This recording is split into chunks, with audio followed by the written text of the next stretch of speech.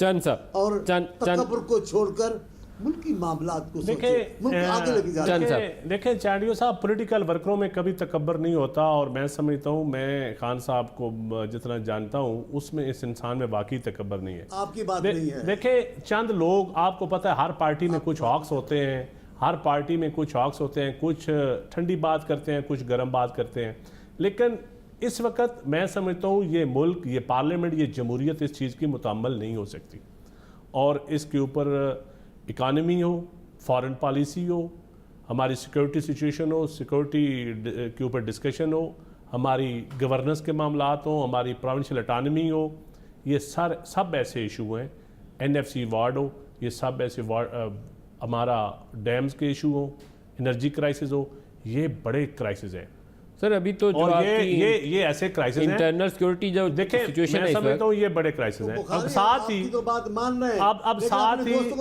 अब साथ ही मैं समझता हूँ कि पीपल्स पार्टी को चाहिए कि इस एजेंडे के ऊपर वे फॉरवर्ड दे, अपोजिशन के तौर पे वो लीड ले। क्यों नून लीग की तरफ देखती है, वो लीड ले। और पीपल्स पार्टी डेमोक्रेटिक जमात है, उसके अंदर ऐसे लोग बैठे हैं, मैं समझता हूँ चाडियो साहब जैसे और बहुत सारे लोग हैं, रज़ा रब्बानी साहब जैसे, शाहिर रहमान जैसे, चौधरी एतजाज़ हसन जैसे बहुत लोग बैठे हुए हैं जो ऐसा वे फॉरवर्ड दे सकते हैं, जो जिनके साथ मैं समझता हूँ PTI को भी बैठने को इतराज़ नहीं है।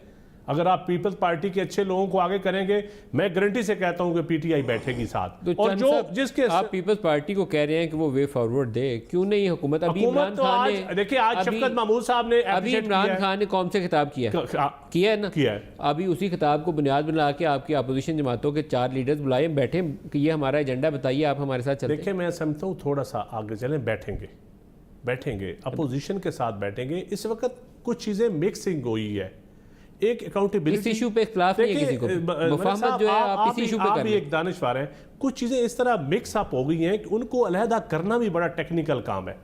अकाउंटेबिलिटी, इंतकाम, गवर्नेंस, ये सारी चीज़ें ज़रूरी हैं। कोई कहता है इंतकाम हो रहा है, कोई कहता है एहतसाब। अब इस हुकूमत ने, PTI ने तो केस नहीं बनाए ना।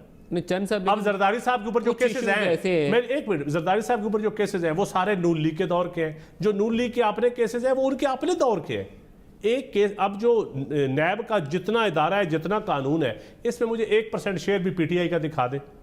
बाद इश्यूज ना कानून साजी, ना अपॉइंटमेंट, ऐसे हैं जो इन तनाज़ा से हट के। हाँ ये बात, जैसे आज वाला मामला है, इस तनाज़ा से हट के। ऐसे इश्यूज पे मैं समझता हूं इश्यूज पे आप तीनों बैठ सकते हैं, आपको बैठना चाहिए। मैं कहता हूं तीनों, और तहरीक इंसाफ को बिठाएं, MQM को बिठाएं, इसमें फजल रहमान साहब तहरीक इंसाफ को लीड लेनी चाहिए, सबको बिठाएं। आपकी जमात को इस पे लीड लेनी चाहिए, आप हुक्मरान जमात। मैं समझता हूं 1-2 दिनों में मीटिंग है, कल ही शायद हो, और जरूर ये होगी इंशाल्लाह।